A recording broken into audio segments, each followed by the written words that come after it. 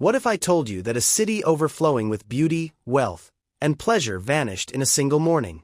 A place where people had everything: power, luxury, fertile lands, and the freedom to do whatever they desired. But behind their comfort was a darkness so deep that their cries rose up to heaven. And God came down, not with an army, not with a flood, but with fire. This is more than a story of destruction. It is a story of judgment, mercy, warning, and of a man who dared to ask God, "Will you really destroy the righteous with the wicked?" Before fire fell from heaven, before the sky turned to flame, God listened. God remembered Abraham. And in his mercy, he pulled one family out of the fire. This is the story of Sodom and Gomorrah. The sin of Sodom. Long ago in the valley of the Jordan stood two wealthy cities, Sodom and Gomorrah. Their lands were lush, like the garden of the Lord. Travelers praised their beauty. But beneath the beauty was corruption. They had no fear of God. Their pride was great. Their hearts were cruel. Justice was forgotten.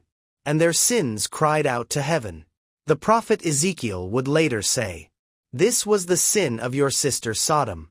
She and her daughters were proud, overfed, and unconcerned. They did not help the poor and needy. They were haughty and committed detestable things before me. Therefore I removed them as you have seen." God visits Abraham. One hot afternoon, Abraham sat by the entrance of his tent when three visitors appeared: two angels and the Lord himself in human form. Abraham hurried to welcome them and offered a feast. After they ate, the Lord said, "The outcry against Sodom and Gomorrah is great. Their sin is very grievous. I will go down and see if what I have heard is true. Is great. Their sin is very grievous. I will go down and see if what I have heard is true." As the angels left, Abraham stood before the Lord and pleaded, "Will you sweep away the righteous with the wicked?" God answered, "If I find 50 righteous, I will spare the whole city." Abraham continued, 45, 40, 30, 20, and finally, "What if only 10 are found there?" The Lord said, "For the sake of 10, I will not destroy it." Then God departed.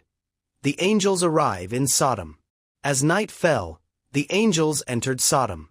Lot sat at the gate and immediately invited them into his home, knowing the danger of the streets. But before they could sleep, the men of the city surrounded the house. "Bring them out so we may know them."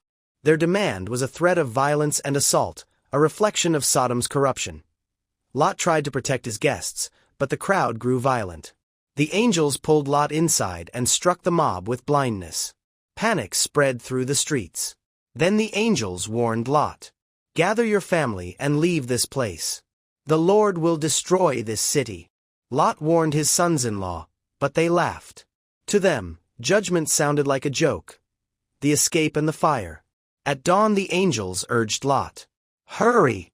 Take your wife and daughters and flee, or you will be swept away." But Lot hesitated. So the angels took them by the hand and led them out, an act of pure mercy. Once outside, the angel said, "Run for your lives.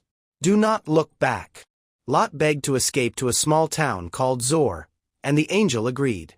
Then, as the sun rose, judgment came. Fire and burning sulfur rained from heaven. The sky turned red. The ground shook. The cities were consumed in flame. Every garden, every house, every life gone. But Lot's wife looked back. Her heart longed for the life she left behind.